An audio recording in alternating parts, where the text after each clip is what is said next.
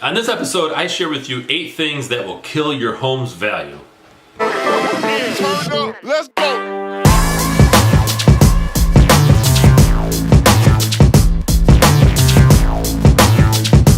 Welcome everyone to this episode of the Ask Jason Gelios show. I'm Jason Gelios, Michigan Realtor. Really appreciate you guys tuning in here. If you're new to this show, this is a weekly real estate show where I answer questions. Either I get them from my clients or from friends, family, or just people on the street, right? Who find out, oh, you're a realtor.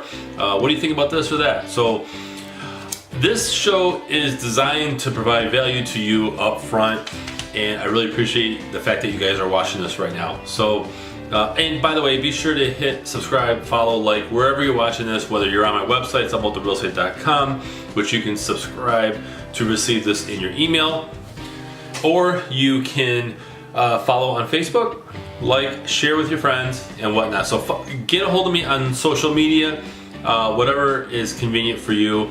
My main video platform for this show is on YouTube, which has been pretty good. So really appreciate you guys. So go ahead and click and make sure that you don't miss out on these.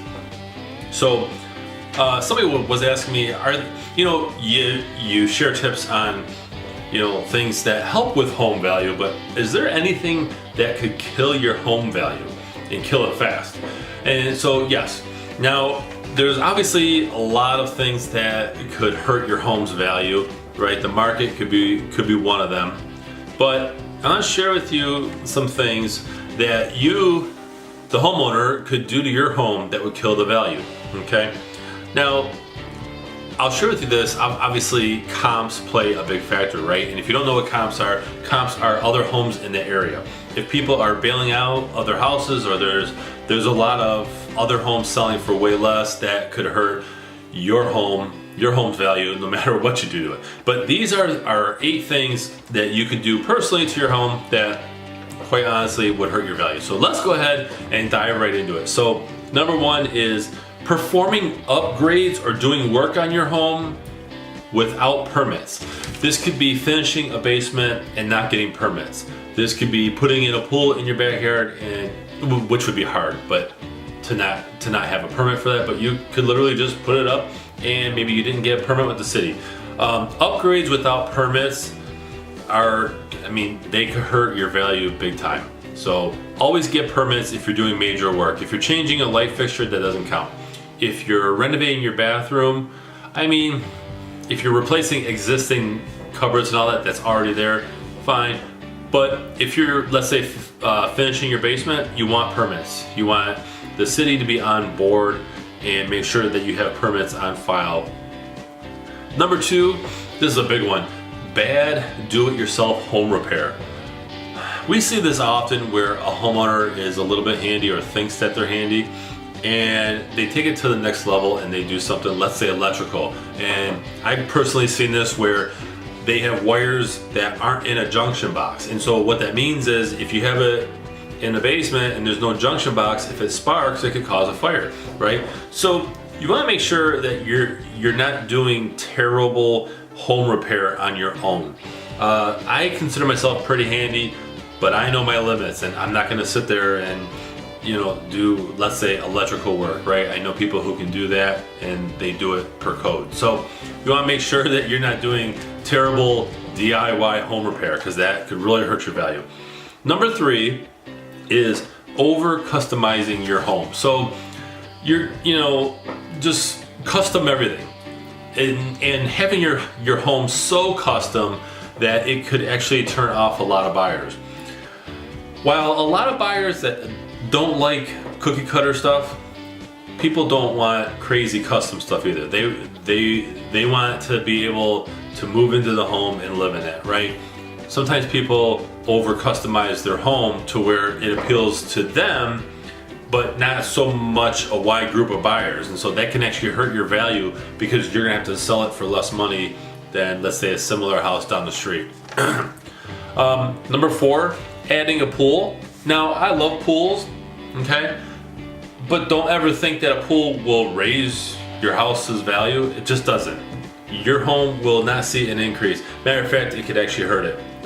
that's why it's on this list, because adding a pool, even if it's an in-ground pool, you know, I did another video on this where about like the percentage of buyers that are out looking at a home, it's about 50-50 where you will get somebody who gets excited about the pool. And if it's a case where it's an above ground pool and it's not kept in good shape, or vice versa, it's an in-ground pool and it hasn't been maintained, then chances are that's going to hurt your value, because to remove all that is going to be expensive.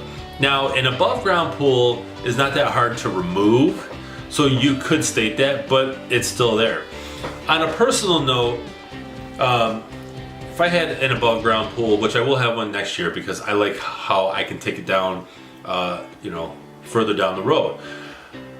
If I was going to sell my house down the road, I would remove the pool. I wouldn't even think about it. I would get the pool out of there, clean, you know, fix up the grass, and then sell the house at that time. I wouldn't leave an above ground pool there. There's no huge benefit to it. So, but I would definitely enjoy the pool. Put in a pool if you want to enjoy it for yourself, if you're not moving. But don't think it's going to increase value. So, number 5, unusual paint colors. Actually, a lot of people can't see past paint. And it's a shame, because paint is one of the easiest things to have done or do. Yet, so many times people don't see past the paint. And I've been in homes with my buyers where, I mean, it doesn't happen a lot, but there's unusual paint colors, right? It's a huge turnoff. Paint is cheap if you really think about it. So you just want to make sure that you're getting rid of these weird colors, because that could hurt your chances of getting the most money when you sell. Number 6, installing built-in electronics. Now, years ago, right, there was a time for built-in electronics, and it looked cool. There were wires coming out of the wall for speakers, and you know, some people were building a TV into the wall, right, and behind it, it was, you know, like the big projection TVs. They were hiding that in the wall, stuff like that. Get rid of that. If you have that now, like in a basement, for example, get rid of it. Built-in electronics are just not a thing anymore, and they can actually hurt your home value and hurt you selling your house for more. Almost everything is wireless and it's Bluetooth, which I love that. So built-in electronics has no place. Get rid of it. Number 7, pet smells. This is common. If I had to, probably, like, when I'm showing houses in the home buyer, the starter range, right? 100, 150, 180. I tend to see this a lot where there's a lot of pet odors in homes. And I don't know why, I just think, I don't know. It's just very common. You'll go into a house and it smells like cat pee, or you know, smells, I mean, there's like dog dander, right, all over the place, hair in the couch, the carpet looks horrible, things like that. Get rid of pet smells. The problem with pet owners, and I have 2 dogs, I had a cat before, right, we had a cat, we have two dogs now, they're very clean, but pet smells aren't as obvious to pet owners, right? Your nose becomes used to it, which is kind of crazy. And so I always, you know, our house is clean, but I'll ask family, hey, do you smell any weird dog things? And they're like, no, because we clean, right? But most of the time, people, you know, pet owners aren't familiar or aren't on top of it, like changing the cat litter, right, daily. When we had a cat, we changed the cat litter daily, because it doesn't matter what the package says, it's still cat litter and cat stuff. So, which I think cats are the biggest offenders of this, by the way, but not to be biased, but pet smells are definitely something that could hurt your value and hurt your sale. And it's very common where you have somebody coming in, right, I'm showing a house and it's like, oh my gosh, it just stinks. So huge turn off. People will actually leave faster. So number 8 is neglecting the home's exterior. That will kill your value right there, right when somebody pulls up and they see rotted wood and the exterior needs paint, the roof is in bad shape and the gutters are sagging and the trees aren't trimmed and the landscape looks like crap. That could actually push home buyers away. because sometimes agents will take photos of a house, right, and it's not as evident until you actually see the house, and then you're like, oh man, you know what, we didn't see that, or the, you know, in the photos. And I've actually had home buyers, it doesn't happen a lot, but if a home is really bad on the exterior, they'll literally, I get out of my car to let them in, and they'll be like, nah, we're not even gonna see the inside.